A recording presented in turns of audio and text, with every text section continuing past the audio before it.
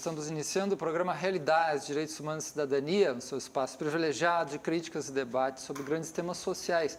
Hoje a gente conversa sobre o tema do mandato coletivo e popular e nós temos aqui para conversar sobre isso a Robeyoncé Lima, que faz parte das juntas, né, um mandato recente que foi eleito, né, pelo PSOL, e temos a presença também do Ronaldo Bastos, que é jurista, professor de Direito na Uninassal.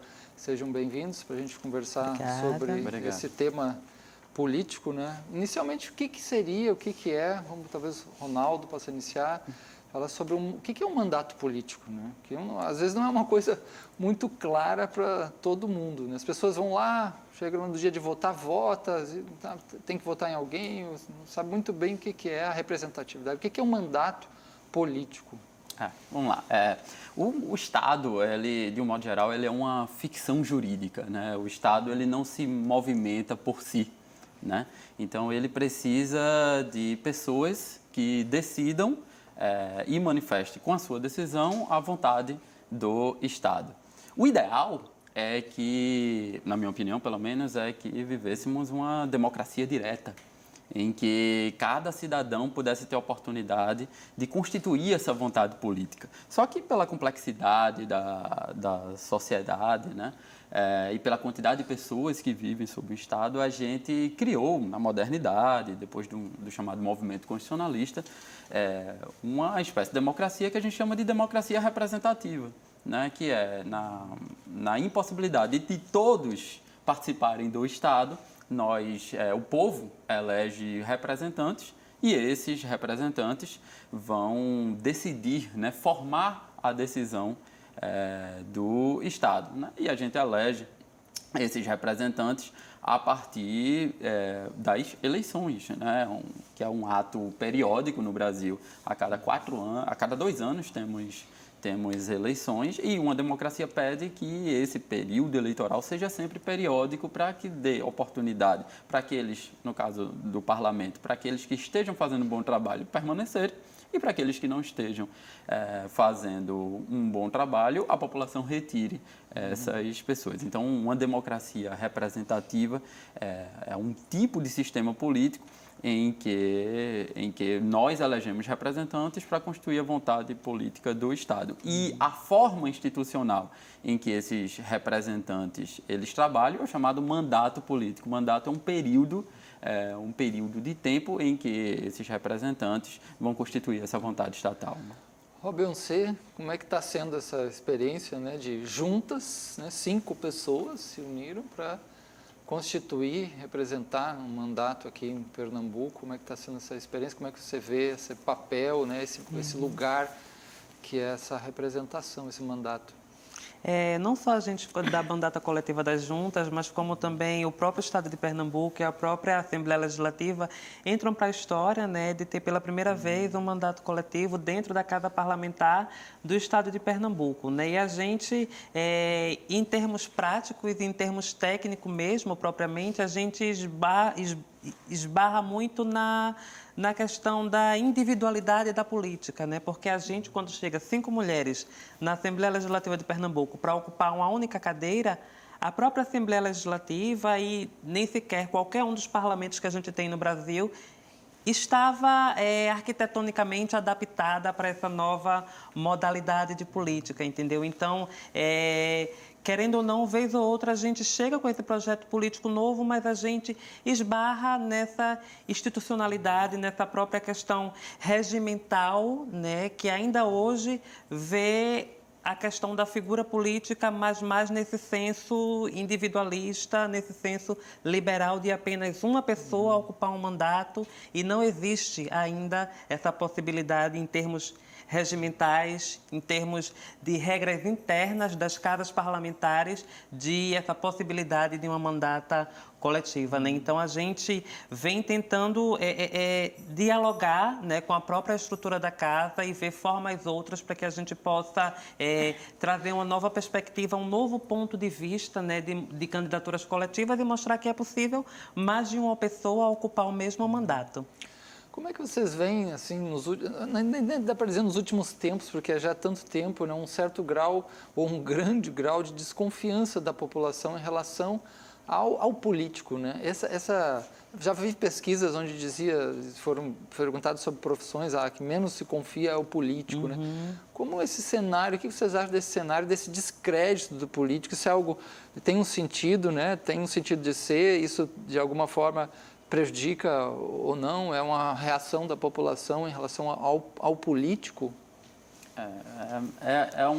Uma constatação que não é apenas no Brasil, essa desconfiança da democracia representativa e dos políticos profissionais. Pesquisas em política comparada mostram que isso é generalizado em todos os países. E isso acontece porque a eleição é direta em relação à escolha dos representantes, mas é indireta em relação à tomada das decisões políticas. Ou seja, nós, através das eleições, nós podemos eleger representantes, mas a decisão política fica a cargo do representante, e o representante político, ele não precisa prestar contas sobre quais as decisões que ele irá tomar. Uma das formas o povo fiscalizar isso é através das eleições. Só que isso é muito pouco, né? A cada 2 anos, ou a cada 4 anos, no caso do deputado, no caso do senador, a cada 8 anos, nós fazermos essa fiscalização e darmos a punição para aqueles que fazem o que o povo não quer, né? Então, isso gera uma crise de legitimidade muito grande, esse afastamento entre o político profissional e o popular.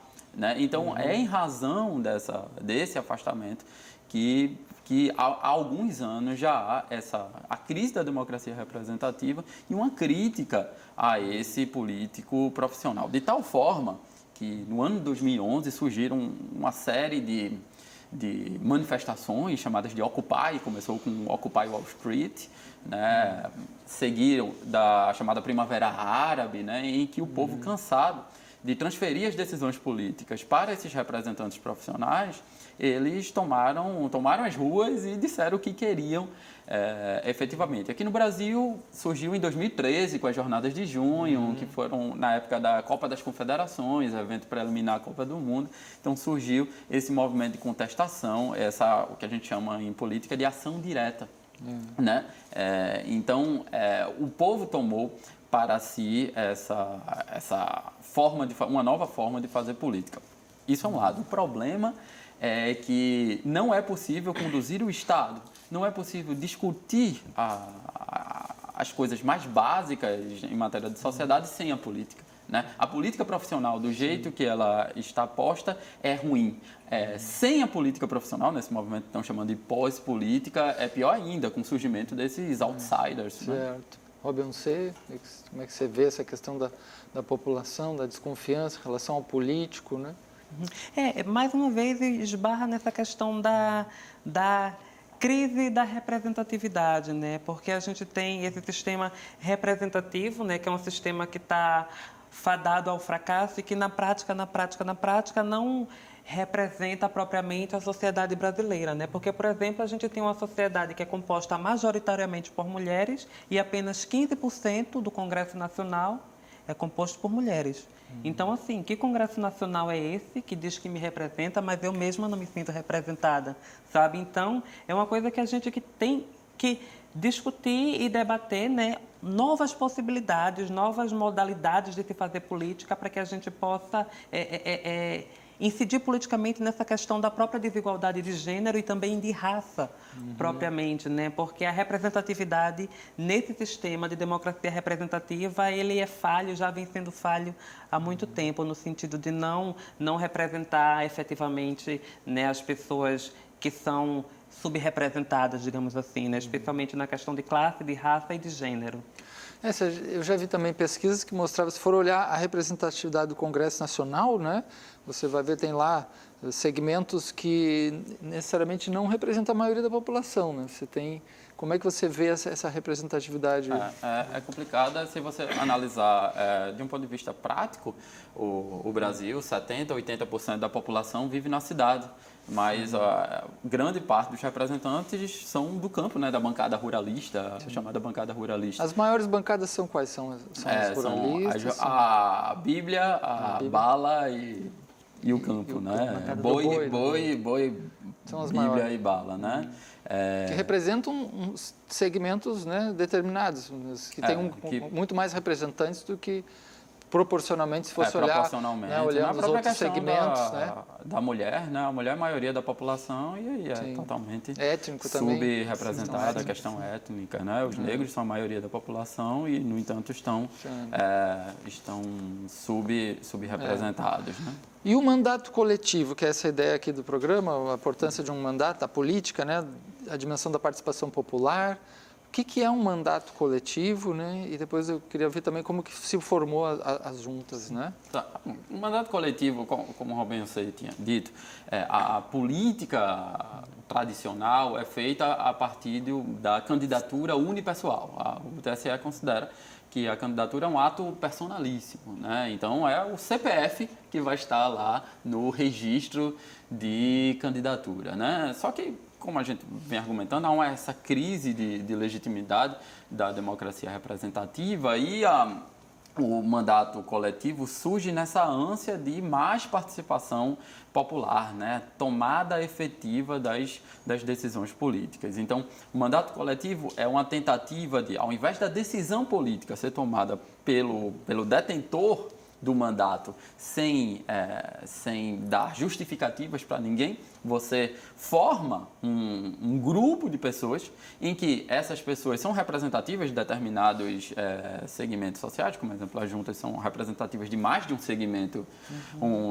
social, e essa decisão é dialogada. Não significa, inclusive, que essa decisão é dialogada apenas entre elas, né? Há previsão de assembleias, de conselhos, em que a população ela manda as demandas para aqueles que compõem esse mandato representativo, coletivo, que são chamados de co-deputados, ou co-vereadores, co-senadores, e eles vão tomar essa decisão coletivamente. O problema é que a legislação, apesar de não impedir, digamos assim, a formação de mandato coletivo, esse mandato coletivo é algo que não existe juridicamente, porque a pessoa que é responsável é aquela que está registrada no âmbito eleitoral. E os co-deputados fazem parte do gabinete, mas existe uma série de limitações jurídicas. Os co-deputados não vão poder fazer sustentação oral, propor projetos de lei. Então, existe uma série de limitações jurídicas que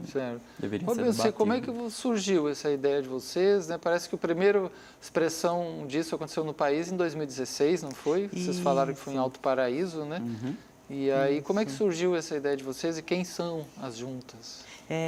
A gente das juntas, né, da bancada coletiva das juntas, da mandata coletiva, é composto por 5 mulheres, né? Eu, Robinho Lima, a publicitária, Carol Virgulino, Jô Cavalcante, a comerciante informal, que é o CPF da urna, né?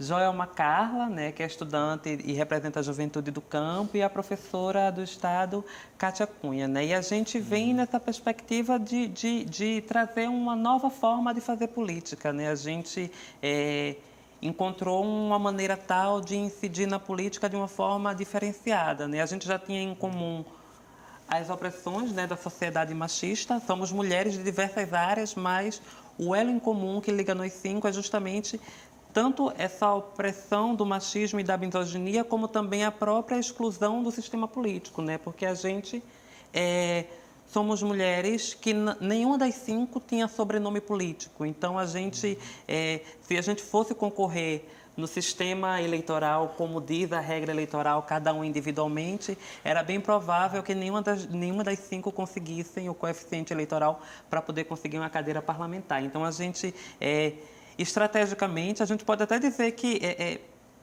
uma desobediência civil, digamos assim, né? Uma desobediência de termos eleitorais, para que a gente se junte e consiga efetivamente uma cadeira parlamentar aqui na Assembleia do Estado de Pernambuco. Agora, como o próprio professor falou, né, a gente, para fazer essa desobediência civil, a gente tem limites. A gente pode desobedecer até certo ponto, mas obedecendo à legislação eleitoral, porque a gente se junta em 5, mas qual é o requisito da legislação eleitoral? Apenas uma pessoa. Então, a gente se reúne entre nós 5 e elege uma pessoa para ser a foto da urna.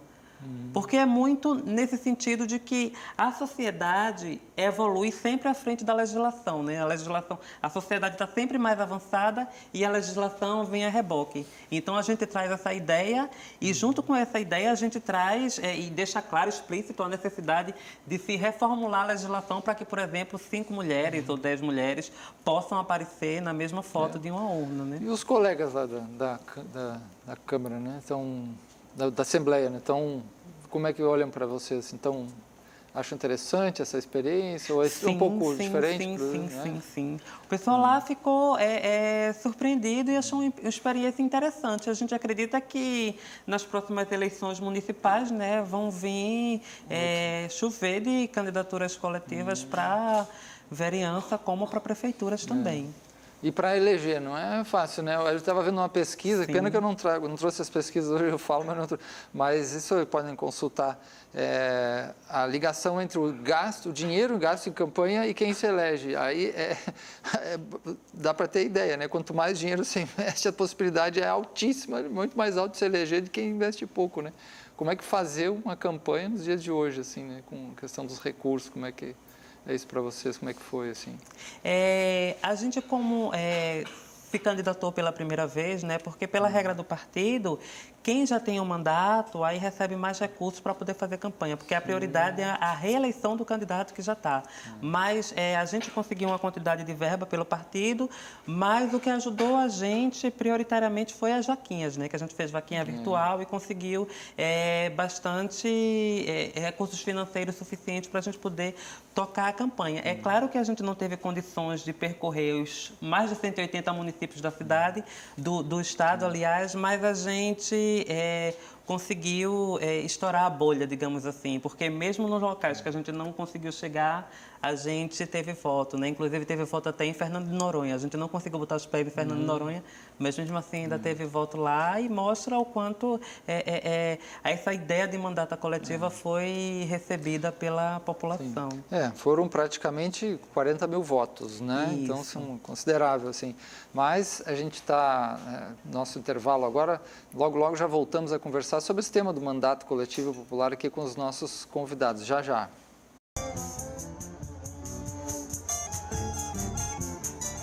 Estamos de volta conversando sobre o tema do mandato coletivo e popular, e participação popular, né? E aqui nós temos a Robiancê Lima, que é deputada eleita pelas juntas. E também temos o Ronaldo Bastos, que é jurista e professor de Direito. Robiancê falava sobre o histórico, né, como foi criado, né, essa ideia das juntas, que é o mandato coletivo, que é muito recente no país, 2016, né, e você acha também que isso vai se expandir, né? Fale um pouco mais também do tipo de plano de trabalho de vocês, né, da onde brota a questão da candidatura, os lastros, né, populares, já que vocês têm essa proposta mais popular, não é isso? Isso. A gente trabalha muito com a questão da mandata popular, porque a gente acredita que esse instrumento que a gente tem agora, né, depois das eleições, a gente conseguiu um instrumento que se chama mandato, que antes a gente, enquanto movimento, a gente não tinha. Então, a gente vê esse mandato como um instrumento, como ponte, na verdade, né, para que as pessoas tenham acesso aos locais de tomada de decisão. Então, esse instrumento que a gente tem, na verdade, a gente utiliza ele como um meio de tornar esse ponto de tomada de decisão mais acessível para as pessoas, né, como se a gente fosse apenas um elo de ligação, digamos assim. Então, a mandata das juntas representa diversos movimentos, né, o movimento LGBT, o movimento de mulheres, o movimento feminista, o movimento negro, o movimento da galera do campo, sabe, indígena, quilombola, e a gente traz essa perspectiva, né, de recuperar esse senso de participação política das pessoas, que a gente sabe que, infelizmente, isso se perdeu, né? Acostumou-se na sociedade brasileira a ter apenas a participação política no primeiro domingo de outubro, né? Mas a gente traz uma outra proposta, a gente traz uma proposta de participação política para além do primeiro domingo de outubro, mas durante todos os 4 anos, né? E a gente faz a modalidade de plenárias temáticas para discutir sobre temas específicos, plenária Esse é de o cultura. ponto que eu queria saber, a participação desse eleitor, como é Sim. que vocês incluem aí dentro, que esse é desse mandato? Assim? Sim, a gente faz sempre plenárias temáticas, né? A gente faz plenária da cultura, plenária LGBT, plenária de saúde, a plenária da agroecologia, por exemplo. E também a gente está integrando a Comissão de Direitos Humanos, né? A gente está na presidência da Comissão de Direitos Humanos, de Cidadania e de Participação Popular, né? Que é justamente a bandeira que a gente carrega, digamos assim, né? Então, o planejamento da gente é de fazer essa comissão o maior tamanho possível para que a gente possa abraçar essas causas que a gente carrega com nossos próprios corpos, inclusive. Interessante, a plenária, as pessoas participam, tiram lá um documento, né, e vocês acolhem, estudam e se veem o que é possível realizar. Né? Uma plenária que a gente acolhe as sugestões dos movimentos no sentido delas poderem participar, né, desse processo de decisão que a gente tem, desse poder de votar numa casa parlamentar. E a gente não quer fazer isso só entre nós 5, entendeu? A gente quer fazer isso com todo o movimento que botou a gente lá dentro. Agora, isso, né, professor Ronaldo, tem que ter pessoas interessadas para ir lá, né, e participar, porque se a pessoa fica paralisada, se fica, né, apático e não participa vota lá porque tem que votar e esquece, e acontece o que está acontecendo no Brasil, né? Agora, isso, a questão da participação popular é uma questão de cultura mesmo, cultura política da participação, né? Pouco se falava ou pouco se entendia sobre participação, por exemplo, no orçamento, até na década de 70, na Prefeitura de Porto Alegre, sob o governo do Partido dos Trabalhadores, lançar a ideia de orçamento participativo, né, de que setores da população traziam as demandas para o executivo, diziam, por exemplo, ao executivo se a necessidade de determinada localidade lá no Rio Grande do Sul, em Porto Alegre, era a questão da infraestrutura, era a questão da moradia, e isso compunha a lei orçamentária. Então, é uma cultura, né? O problema é que hoje vivemos o que o sociólogo Boaventura de Souza Santos chama de democracia de baixa intensidade. Democracia de baixa intensidade é aquela democracia das eleições, né? A gente só começa a discutir política e pensar em imaginários institucionais em outubro, ou um pouco antes de outubro. Mas não, a política tem que ser vivida constantemente, com bastante atividade e proposições. E quando você cria uma cultura participativa, você ao mesmo tempo cria a cultura da informação, né? As pessoas vão se informar para poder dar suas opiniões. Aí é outro capítulo bem interessante, né, problemático também, que é a informação, onde as pessoas coletam a informação, porque a gente parece que tem vivido uma enxurrada, né, imensa no mundo, né? Isso veio muito lá agora da era Trump também, até mais do que muito mais do que antes, né? Indústrias inteiras de robôs e fake news, né? Também tem essa questão que a gente pode conversar um pouquinho. A gente até fez um programa sobre isso.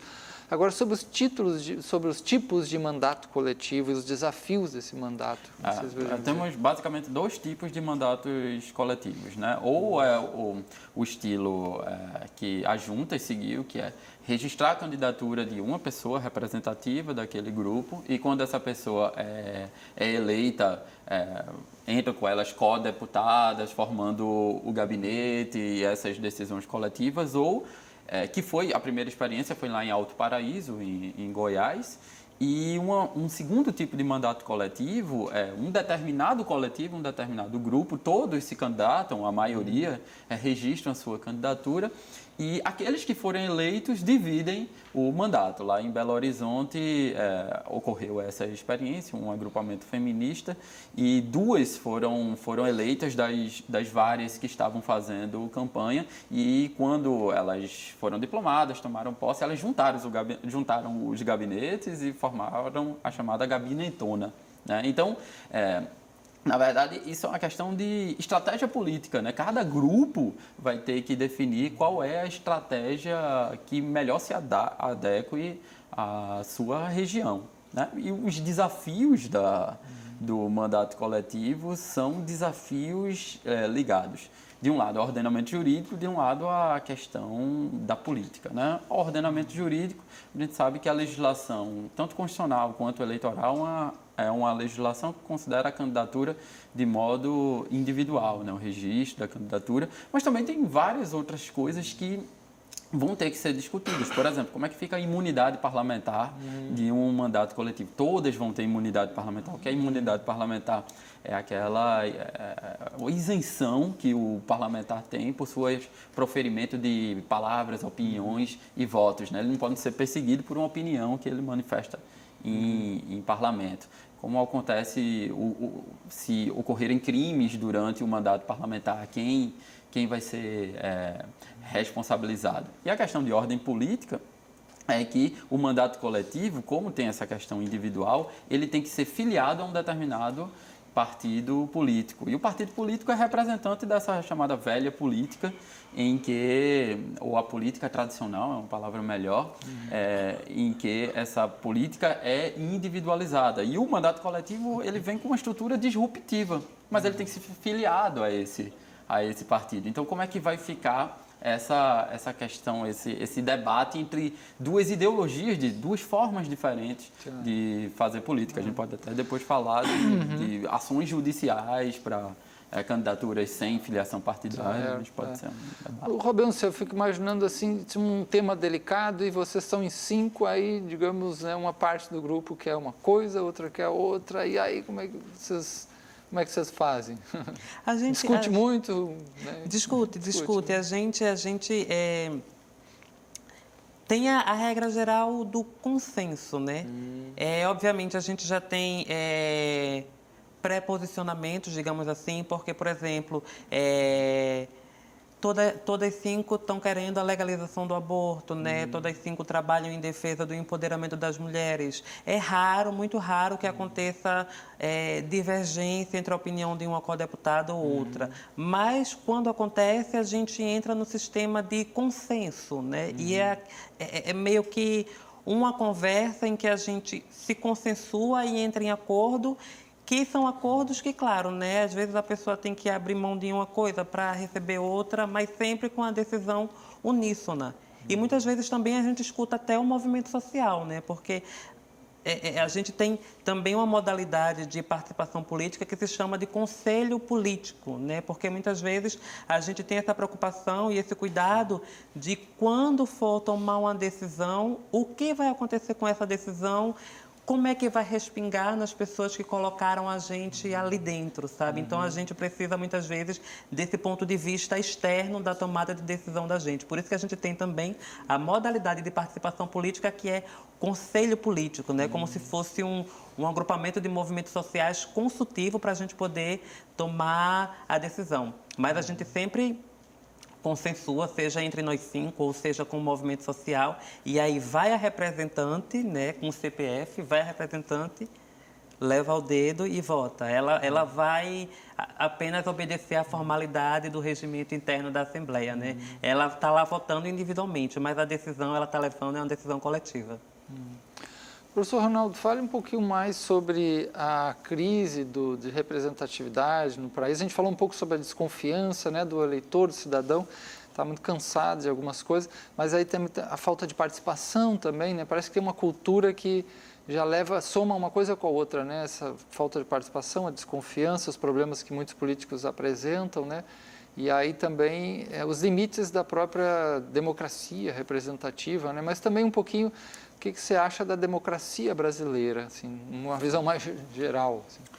Veja, a questão da crise ainda, da democracia representativa, um ponto que a gente tem que levantar, e que eu bato muito nas minhas pesquisas, é a questão que o Estado Constitucional ele já surge como um grande obstáculo à participação popular. O constitucionalismo, quando surgiu lá, no momento zero do constitucionalismo, quando estava se discutindo a Constituição americana, havia uma discussão, por exemplo, sobre tempo de mandato. É que é uma coisa que o senso comum não considera que isso é importante, mas isso é importantíssimo. Quanto maior o tempo de mandato, menor a participação, menor o vínculo do parlamentar com o povo. Né? Por exemplo, se você faz um mandato de 1 ano, que seria um mandato muito pequeno, mas você é obrigado, o parlamentar, ele é obrigado a fazer 1 mês e meio de campanha, 8, 9 meses de exercício do mandato, e no outro ano já tem que voltar ao contato com a população. Se você coloca o mandato do senador, por exemplo, que é de 8 anos, a população não tem contato com esse senador, a população não sabe o que esse senador está fazendo, a população se esquece dos desmandos deste senador. E essa estrutura de, por exemplo, uma estrutura bicameral, Senado e Câmara dos Deputados, é uma estrutura que foi bem pensada para evitar a participação popular. Inclusive, o Senado é composto por pessoas mais velhas, então pessoas mais serenas, que estariam mais afastadas da população, e a Câmara dos Deputados por representantes do povo. Os Senados são representantes dos estados. E esses representantes do povo teriam um vínculo maior com a população, seriam mais emotivos, menos racionais. A conclusão disso, não estou dizendo que isso é verdade, a teoria por trás desse sistema bicameral. A conclusão disso, isso é representado no Brasil, é que as decisões mais importantes são atribuídas ao Senado, decisão em matéria de orçamento, de finança, de empréstimos públicos, né? E a Câmara dos Deputados não tem uma participação tão grande nessa discussão. Então, mais do que o povo está alienado das grandes decisões políticas, os próprios representantes do povo estão alienados de grandes decisões políticas. Lembre-se que quem decide se um presidente vai ser impeachmentado ou não são os senadores. Os deputados só autorizam o processo. Então, se você caminhar pela Constituição brasileira, existem muitos exemplos de que tira-se do povo e dos representantes do povo as decisões políticas, o poder das decisões políticas. A Constituição é um grande avanço. A Constituição de 88 insere muita participação política na área da saúde, principalmente na área da Previdência, né?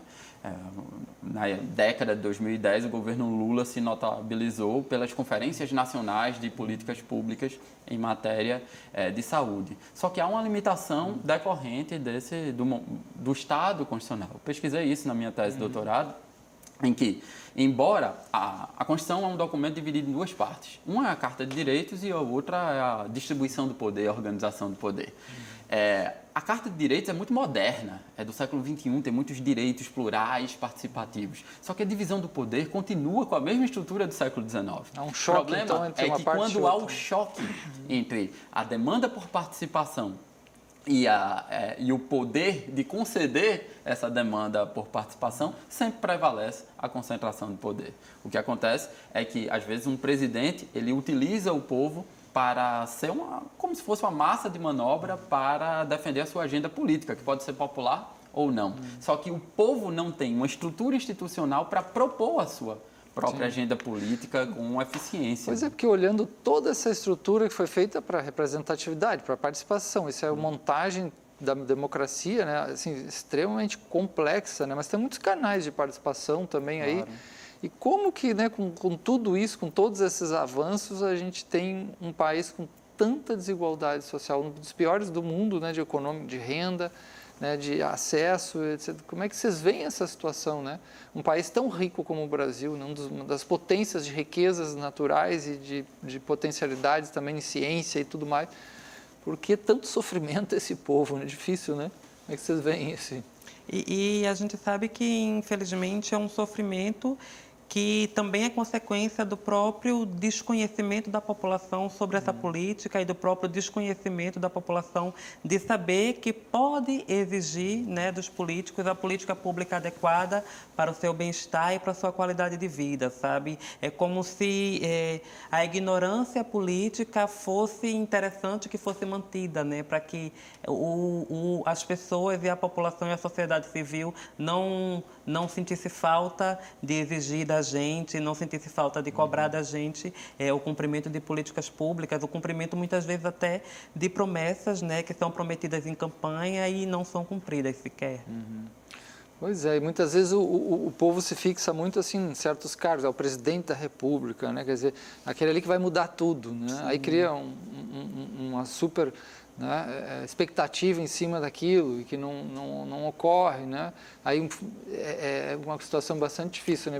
E é disruptivo também essa história do mandato coletivo, nesse ponto que você tocou, do presidente da República, porque uma das disrupções que traz o mandato coletivo é a questão da superação do salvador da pátria, né? Porque quando você tem um mandato que é exercido individualmente, você está se confiando mais naquela figura daquele indivíduo do que propriamente nas propostas trazidas por aquele indivíduo. E quando você despersonaliza o mandato e diz, não, o objetivo desse mandato é lutar a favor do negro, da população LGBT, de grupos específicos, minorias na sociedade, você diz, não, a questão aqui não é o salvador da pátria, a questão aqui são as propostas, né? São os temas que estão sendo debatidos. Então, eu acho que isso é uma disrupção que é pouco mencionada nessa questão dos mandatos coletivos. Quem sabe o Brasil não vai ser parlamentarista um dia, né? Não sei, eu vou perguntar aqui para o professor que conhece mais do que eu se é bom ou se é ruim isso, né? Nós temos que fazer um intervalo, né? E voltamos logo a conversar sobre esse tema do mandato popular, né, e coletivo. Já, já. Estamos de volta conversando sobre esse tema importante do mandato coletivo e popular, a participação das pessoas na vida política, como isso é essencial, como melhorar isso, né, de modo a poder construir um país melhor, mais democrático, mais participativo, né? E aí a pergunta que eu trago agora tem a ver com como aumentar essa participação popular. O que vocês acham? Que aí tem o modelo da representatividade, a eleição e tudo mais. O que a gente pode fazer? O que a população pode fazer, né? Intervir mais ativamente. Parece que as coisas estão meio paralisadas, assim. Essa é um pouco a ideia que se tem no país, né? Falta ação, participação. Como é que vocês veem isso? Eu acho que a própria sensibilidade da população, que muitas pessoas não têm essa ideia de que elas são agentes, de que elas são sujeitas políticas, né? E ela tem direitos de cobrar, e principalmente as pessoas que ela colocaram naquele poder, né? Que é aquelas pessoas que estão representando, né, a sociedade brasileira, mas também pode haver tanto uma fiscalização nesse sentido, de cobrar atitudes políticas dessas pessoas, mas também a pessoa civil pode se organizar e também entrar nesse sistema, sabe? Porque ela pode cobrar de quem está lá dentro, mas também ela pode entrar lá dentro, ela pode se candidatar também. Porque o sistema político, de 4 em 4 anos, chega e diz para a gente, olhe, tem cadeiras no Congresso Nacional, tem cadeiras na Câmara Municipal da sua cidade, tem cadeiras na Assembleia Legislativa do seu estado. Essas cadeiras precisam ser ocupadas. Você tem interesse em ocupar essas cadeiras? Se tiver, você precisa se registrar. Veja, isso é possível. Sabe, é possível, é importante mostrar às pessoas essa possibilidade também de se inserir na política e se colocar e participar ativamente dela, para que essa história possa, de alguma forma, ser reescrita também, entendeu? Professor Arnaldo. Certo. Além do que eu poderia chamar de voluntarismo, assim, que bem você colocou, eu sempre, como jurista, né, eu sempre penso nas questões institucionais. Né? E uma das questões institucionais que possibilitaria essa maior participação popular é a questão do financiamento de campanha. Né? O Supremo, há um tempo atrás, decidiu que não poderia haver mais financiamento por parte de empresas. Né? Empresas não poderiam mais doar para campanhas. Mesmo assim, a gente sabe que há um caixa 2. O caixa 2, o famoso muito, caixa 2. Né? Muito grande, e eu penso nisso, assim, a gente teria que modificar as regras para permitir, sem muita ingenuidade também, que o conteúdo prevalecesse em relação à estrutura para a eleição. Né? Então, seria mais interessante que pessoas sem tanta condição de receber financiamento, elas pudessem, além de se candidatar, pudessem ter chances reais, porque hoje é muito complicado uma pessoa que não tem nome, como o Robin você disse, e não tem apadrinhamento, não tem financiamento, é muito complicado. Foi um terror que essas meninas viveram na campanha, e elas, de forma também disruptiva, elas apelaram para sistema de crowdfunding e outros sistemas. Financiamento coletivo. Financiamento coletivo, né? Que é também uma forma institucional de ter recursos, né? O grande problema é que, na pesquisa que você mencionou, quanto mais recursos tem um parlamentar, mais a possibilidade dele ser eleito. O que revela um problema das democracias contemporâneas,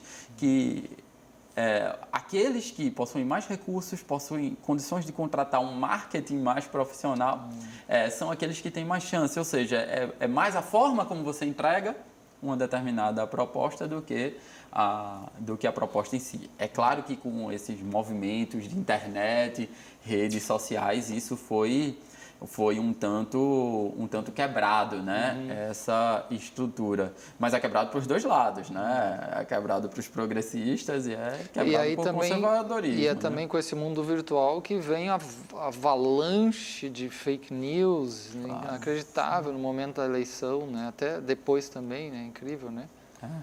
E como é que você vê a questão que a gente falou no outro bloco sobre parlamentarismo? Seria uma questão interessante se pensar, voltar a pensar isso? Veja, no direito constitucional comparado e na política comparada, há muita discussão se a América Latina seria melhor para a América Latina ter um sistema parlamentarista ou um sistema presidencialista, né? O grande problema do presidencialismo é a imobilidade do executivo. Por quê? Porque há o que a gente chama de duplicidade de jurisdição. Você vota para o executivo, para o chefe de Estado, e você vota para o parlamento, né? E nem sempre o presidente que foi eleito tem a mesma ideologia do parlamento que foi eleito. De um modo geral, no Brasil, que prepondera o que a gente chama de presidencialismo de coalizão, o partido do presidente nunca tem maioria no Congresso. Veja que o partido que tem mais vagas na Câmara dos Deputados foi o Partido dos Trabalhadores nessa eleição, com 57 assentos. Só que temos 511 deputados. Né? Então, isso é muito pouco. Para isso. O próprio partido do presidente Bolsonaro teve 52 assentos, 55 assentos. Então, essa duplicidade de jurisdição gera imobilismo e eu tenho que fazer uma troca de favores, conceder cargos, conceder emendas parlamentares. Aí vem um movimento de corrupção. Vem toda a corrupção, né? No parlamentarismo não tem essa duplicidade de jurisdição. Né? Porque você vota para o parlamento e o partido que tem maioria no parlamento elege o primeiro-ministro. Né? Não há possibilidade, como há no presidencialismo, de ter um presidente de uma ideologia de uma cor e um parlamento com a ideologia de outra cor. No parlamentarismo, o primeiro-ministro tem que ter maioria do parlamento. Se ele não tiver maioria, ele cai e se elege outro primeiro-ministro. E isso... argumenta-se que do ponto de vista econômico e político é interessante porque a gente soluciona as crises com mais rapidez. Imagine que a crise que derrubou a presidente Dilma Rousseff durou 2 anos. Né? No parlamentarismo duraria meses. Né? Porque no parlamentarismo já teria trocado a presidente, a depender do posicionamento ideológico, se foi golpe ou se não foi. Foi ruim para o país ficar 2 anos só discutindo essa questão do impeachment. Então, há vantagens no parlamentarismo, mas também há desvantagens. Se a gente pensa no Congresso, no Executivo, no Congresso no plano federal de hoje, é um dos congressos mais conservadores que a gente elegeu. Enquanto a gente está discutindo se vai ser possível a mulher fazer um aborto nas 12 primeiras semanas, que é uma discussão que está no Supremo, no Congresso está se discutindo se vai voltar a recriminalizar a mulher que faz um aborto decorrente de estupro, que é uma possibilidade de fazer um aborto sem ser uma criminalização. Então, Então, no parlamentarismo, a gente voltaria para um parlamento, mas também depende de que parlamento a gente elege. Então, todo o sistema tem benefícios e malefícios. A questão, às vezes, está mais embaixo, né? Como se diz. O buraco, em educação política. O buraco da bala está mais embaixo, para usar essa expressão mais armamentista aí, nessas situações difíceis. O Robin, a questão das perspectivas aí para vocês e municipais, como é que vocês estão vendo assim, esses movimentos da política também local, né? Sim.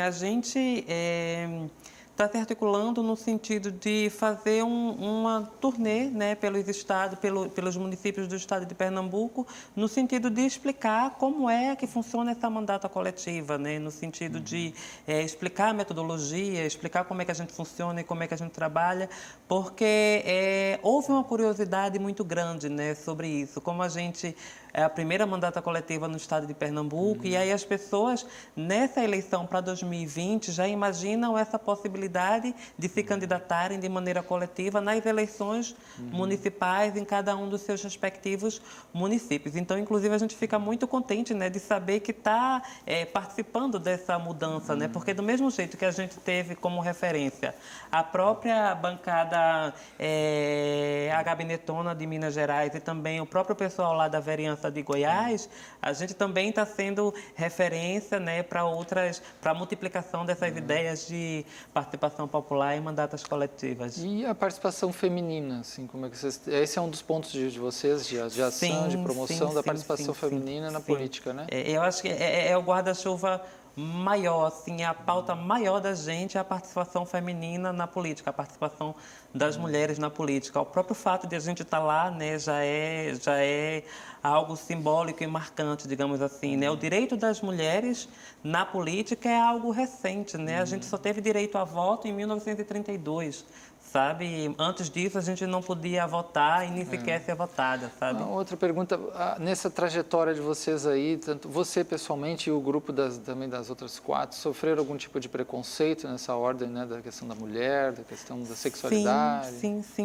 É. Porque a figura, né, do que é um ser político ainda está impregnado naquela questão de quando se pensa num político, vem na imagem das pessoas um homem e um homem branco e, além do mais, cisgênero não LGBT, sabe? Então, a gente, quando entra na Assembleia Legislativa, a gente rompe muito com esse padrão do que é ser uma pessoa política. A gente rompe muito com essa perspectiva, sabe? E a gente estando lá, ali dentro, nossos próprios corpos estamos fazendo política, né? Porque o corpo da gente, nesse contexto, é político. E a gente está ajudando a desconfigurar esse padrão mental de político nas pessoas, né? Porque a gente, por exemplo, na própria Assembleia Legislativa, a gente tem mais de 180 anos de Assembleia Legislativa e durante todo esse histórico a gente só teve 47 mulheres deputadas. E, ao mesmo tempo, nesse mesmo período, mais de 1.000 homens deputados, sabe? Então, você já percebe a discrepância. A gente até brinca, inclusive, dizendo que se todas essas deputadas do histórico da Assembleia Legislativa viessem do além, não conseguiriam preencher as 49 cadeiras que atualmente tem na Assembleia Legislativa. 2 ainda iriam ficar vagas, porque a gente tem 49 cadeiras na Assembleia e, mesmo assim, todas as 47 deputadas da história da Assembleia não conseguiriam completar, preencher o parlamento. E sabe? Atualmente são quantas mulheres? Atualmente a gente tem 10 cadeiras parlamentares. 10 mulheres. Das 49, né? 39 de homens e 10 de mulheres. Mesmo assim, ainda é pouco, mas a gente percebe um avanço, né? Porque na legislatura passada, de 2014 a 2018, a gente só tinha 6 cadeiras de mulheres. E agora a gente tem 10. Né? Querendo ou não, aos então, poucos... o predominante é o homem, né? Branco, né? Sim. Hétero, né? Que você fala, Exatamente. cisgênero, né? Que você E não precisa. só aqui, mas também, se você observar em âmbito nacional, também essa reprodução é idêntica, né? Homem e homem branco, enfim, né? A própria discussão, só para complementar, voltar à questão do aborto, né? A própria discussão do aborto, a questão, a previsão do aborto, ela vem de 1940, né? Do Código Penal de 1940. Numa época, como Robin, você falou, as mulheres só passaram a adquirir direito de voto em 1932, com a reforma do Código Eleitoral, e em 1934, do ponto de vista constitucional, com a Constituição de 34. E as leis do aborto, que entraram no Código Penal, é de 1940. Provavelmente, isso aconteceu porque não existiam mulheres no parlamento para se posicionar também sobre isso. De modo que a gente até brinca que se o homem engravidasse, o problema do aborto já estaria resolvido, né? Porque esse machismo é uma cultura machista, e quando a gente fala do Nordeste ainda é uma cultura patriarcalista também. Muito grande. E isso tem reflexo. E quando a gente começa a diversificar as formas de representatividade, a gente diversifica as demandas e a democracia fica mais plural. A democracia só tem a ganhar nesse ponto. Né? Os sonhos na área política de vocês para o Estado, para o país, que são os sonhos que, quem sabe, possam se realizar? Pode ser pequeno, mas pode ser também um pouco maior, né? A gente pode sonhar, tem que sonhar mais para ver se consegue também ir adiante, né? Sonhos que vocês têm, pequenos e grandes. A gente está realizando um sonho, né, de poder ajudar as pessoas a participar ativamente desse sistema político, né? A ter uma qualidade de vida melhor. A gente está desfrutando do privilégio de poder usar o instrumento que a gente antes não tinha, que se chama mandata, né? No sentido de trazer política pública para as pessoas, né? Trazer os direitos humanos para as pessoas, que muitas pessoas hoje em dia, infelizmente, ainda não sabem nem sequer o que são direitos, né? A gente tem uma Constituição de 30 anos, né? Completou 30 anos agora em 2018, que diz, por exemplo, na primeira página que homens e mulheres são iguais em direitos, mas a gente não vê isso na prática, sabe? Então,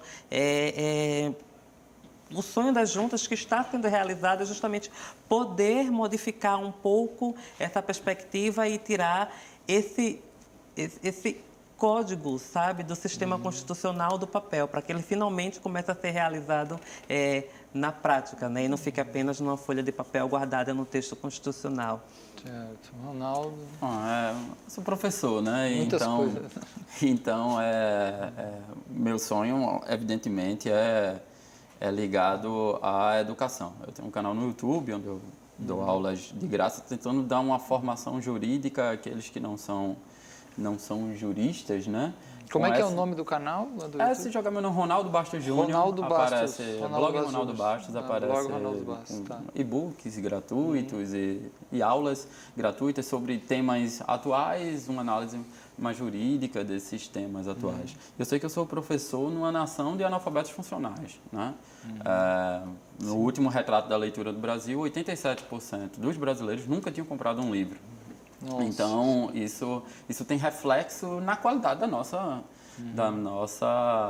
democracia, né? Então, meu sonho, minhas pretensões têm a ver com essa difusão de educação jurídica, educação política. Às vezes é uma luta mesmo, eu não sou um político profissional, mas eu faço política quando eu dou minhas aulas, né? Tento esclarecer, tento combater fake news, né?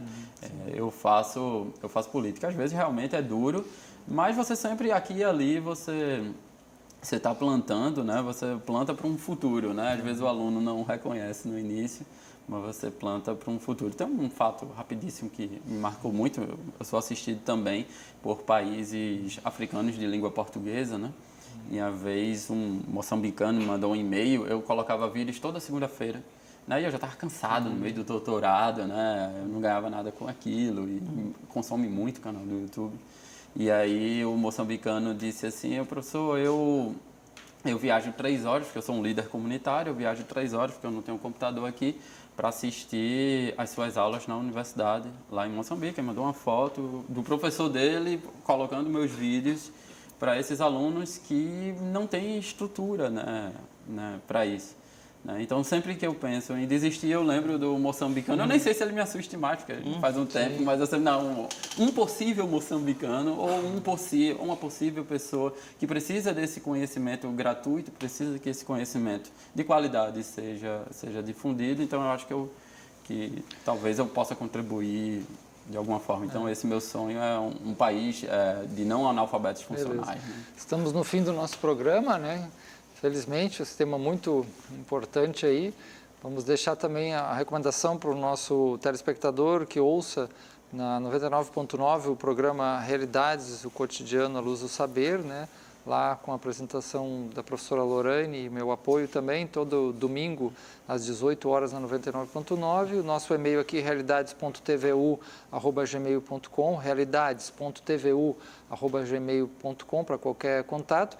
E vamos agradecer muito a presença aqui da Robionce Lima, deputada estadual pelas Juntas, e também professor Ronaldo Bastos, né, jurista e professor na área do direito. E obrigado a todos e até a próxima.